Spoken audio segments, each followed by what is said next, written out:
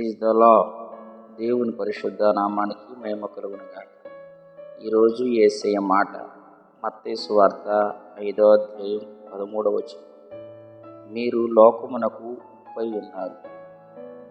ఉప్పు ఎలా అయితే అన్నిటితో కలుస్తుందో, దేవుని ప్రజలైన మీరు దేవుని లోకంలో ఉన్నటువంటి మనుషుల్లో కలిసి దేవుని కొరకు రుచికరమైన వ్యక్తిగా, మాధుర్యాన్ని పంచే వ్యక్తిగా మారాలని దేవుడు కోరుకుంటాడు.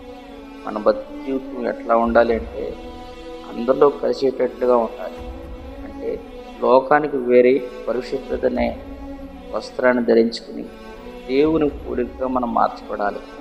లోకంలో ఉప్పు ఎలాగైతే అన్నిటిలో కలుస్తుందో, కనబడకుండా ఉంటుందో, నీ ఆత్మీయ జీవితాన్ని నేను చూసినప్పుడు యేసయ్యను పరిచయం చేయగలగాలి.